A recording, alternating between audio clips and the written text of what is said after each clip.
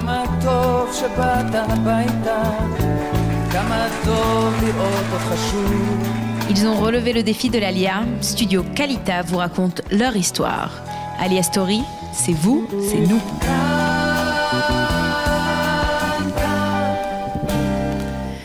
Alors, ça m'émeut toujours lorsque les gens qui viennent raconter leur Alia Story, leur parcours, sourient lorsqu'ils entendent le générique Kamatov chez Bata Baïta. On peut en dire quelque chose. On peut en témoigner. Mais bien sûr. C'est fantastique, cette chanson.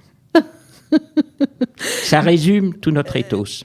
Ok, alors vous vous appelez Meir Ehrenfreud, vous êtes en Israël depuis 44 ans, vous êtes arrivé en juin 1973 avec votre petite famille, vous aviez 2 enfants à l'époque. À l'époque, aujourd'hui on en a 7. Voilà, et vous êtes un ancien de l'école Akiba, vous avez été, on va dire, à l'école du professeur Beno Gross. Zal. Voilà, et j'imagine qu'il vous a marqué et que ça vous a attiré jusqu'à nous. Voilà. Beno a marqué des générations. On n'est pas là pour en parler, mais je tiens à souligner, la Gemara dit Shlosha shutafim yesh ben adam. Il y a 3 associés dans la création de l'homme. Akadosh Baruch Hu, les parents et l'éducateur, le moré. J'ai vérifié ça point par point, c'est comme ça.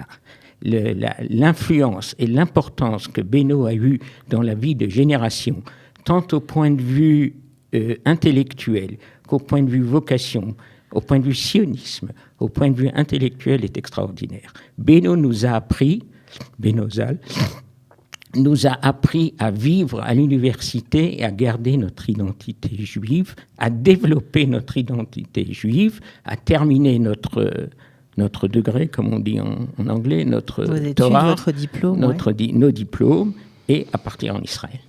Alors on sent beaucoup d'émotions dans votre voix, toujours. Parce que on imagine que votre parcours n'aurait pas été le même sans lui. Sans aucun doute, et ceci jusqu'à pratiquement son dernier jour.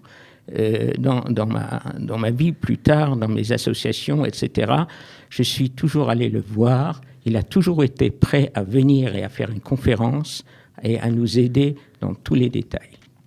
Beno Gross nous a pris en main, si je puis dire, depuis la première classe, durant nos études, il nous donnait un chiour de Tanakh à l'école, après que nous soyons à l'université.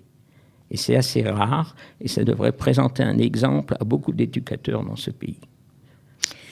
Alors, vous avez, lorsque vous avez décidé de partir, j'imagine, suite aux enseignements aussi de Beno Gross, ça a dû être très important pour vous. Tout le monde le dit, tous ces anciens élèves tiennent à peu près le même discours que le vôtre et toujours aussi ému après tant d'années. C'est comme si... c'est très émouvant d'ailleurs de vous voir et de voir à quel point c'est toujours présent, comme si c'était hier. Alors... Quand vous avez décidé de monter en Israël, vous êtes d'abord arrivé au Merkaz Klita, tout simplement. Absolument. Et vous aviez un job dans la Tassia Avirit, dans l'industrie exactement israélienne. Moi-même, j'ai fait des études de chimie en France, j'ai terminé mon doctorat, et on est parti en Israël. Et là, naturellement, j'ai trouvé relativement facilement, à l'époque, c'était assez simple pour un Français de trouver un travail dans l'industrie aéronautique. Il y avait l'époque des Mirages et des Super Mirages encore en filigrane dans toute la documentation sans dévoiler des secrets d'État. Bien sûr, bien sûr. et j'ai été accueilli à bras ouverts et j'y suis resté 5 ans. Et ensuite, qu'est-ce que vous avez fait ? Toutes les bonnes choses ont une fin et au bout de 5 ans, j'ai décidé de créer ma propre entreprise et de rentrer en associé avec un partenaire à lequel je suis associé jusqu'à ce jour. Faites le compte, 78-2018. C'est beaucoup. Et nous avons créé une industrie qui est de chimie, puisque je suis chimiste, lui est biologiste. Et nous produisons aujourd'hui, nous sommes aujourd'hui plus de 200 personnes, et nous produisons des produits intermédiaires pour l'industrie pharmaceutique, des produits de synthèse, des produits de haute qualité pour l'industrie chimique, pharmaceutique, biotechnologique, pour ce qu'on appelle le high-tech. Et Baruch Hashem. Vous êtes fier de ça, hein ? Oui, pourquoi pas. Vous avez senti apporter votre pierre à l'édifice c'est notre rôle. De la Maison Israël ? C'est notre rôle. Nous avons créé des emplois. Baruch Hashem, nous payons beaucoup d'impôts. Vous avez combien de salariés aujourd'hui ? Dans le monde, pas loin de 250. Nous avons des usines en Europe, en Asie, etc. Donc, c'est un complexe. C'est bien vu d'être made in Israël ou comment ? Parfaitement. Parfaitement.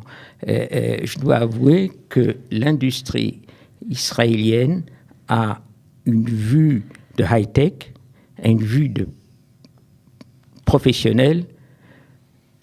Quant au respect des délais, etc., on a toujours des remarques à faire, mais enfin, on n'est pas les seuls. Dans l'ensemble, on n'a pas eu de... Vous êtes bien vu. On n'a pas...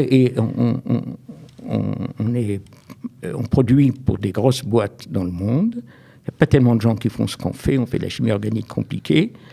On n'a jamais eu le moindre problème de marque. Si ce n'est, je dois dire, ce qu'on appelle aujourd'hui en anglais risk assessment. Israël est un pays sur lequel plane un danger de guerre permanent. On ne peut pas s'en cacher. Il y a donc un problème de confiance, de liability. Le problème est qu'il faut être assez grand pour pouvoir établir une usine en Chutz La'aretz, en France, comme on en a, et ailleurs. Et alors, tout se débloque. Mmh. Alors, à côté de ça, vous avez toute votre vie eu des activités annexes. Toute ma vie, c'est un grand mot. En tout cas, souvent une bonne partie. J'ai eu le kavod et la chance de faire partie des gens qui ont fondé Miboreshit, Massa Israeli, qui aujourd'hui est un très grand projet. Je ne sais pas si vous connaissez. C'est de faire dans toutes les écoles, en classe Yud Aleph, tous les élèves dans le pays de nos jours partent une semaine de visite en Israël, les Israéliens.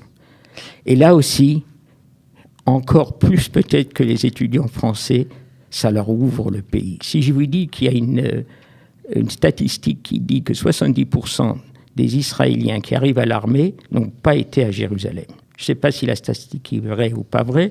À l'époque, c'était l'armée qui nous avait donné ces chiffres. On a donc ouvert aussi un Massa israéli pour les soldats. Vous avez été aussi à l'origine du CNEF ? Non, je n'ai pas été à l'origine du CNEF. Vous avez participé bien avec moi. J'ai participé l'année dernière, j'étais président du CNEF. D'accord, ok. Alors, qu'est-ce que vous pensez de l'Alliance de France ? Vous qui êtes un ancien immigrant, ça a tellement changé, non ? Je pense que tous les Français vivant en Israël doivent se sentir concernés par cette Aliyah et doivent apporter leur trouma, leur apport, leur support à chaque olé qui vient d'Israël, qu'il soit jeune, étudiant, on a parlé d'Ati d'Israël, ou que ce soit familial. Chaque famille doit se retrouver et être patronnée de façon positive, pas négative, par un ancien Français, par un Français d'origine qui s'est intégré dans ce pays. Une famille adoptive, en gros. Une famille adoptive, absolument. Ouais, comme au kibbutz à l'époque. Comme à l'époque, les Juifs russes ont bénéficié, dans un certain nombre de cas, aussi de familles adoptives.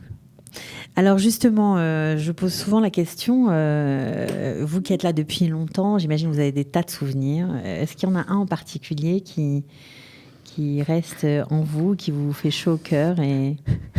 Le premier souvenir, on est arrivé en juin.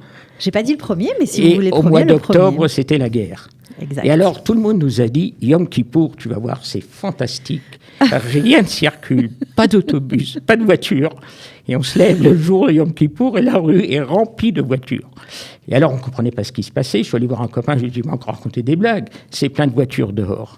Alors, il m'a dit, oui, on parle de la guerre. On parle de la guerre. C'était un grand traumatisme, un grand choc, j'imagine. On ne comprenait pas exactement à quel point les premiers jours étaient difficiles et critiques.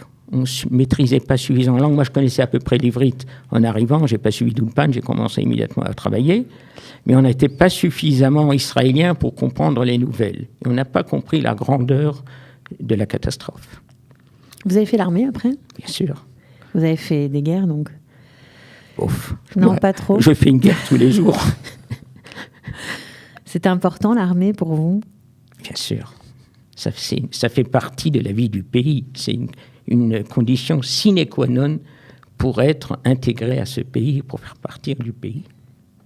C'était Absolument. une grande fierté, j'imagine, aussi pour vous.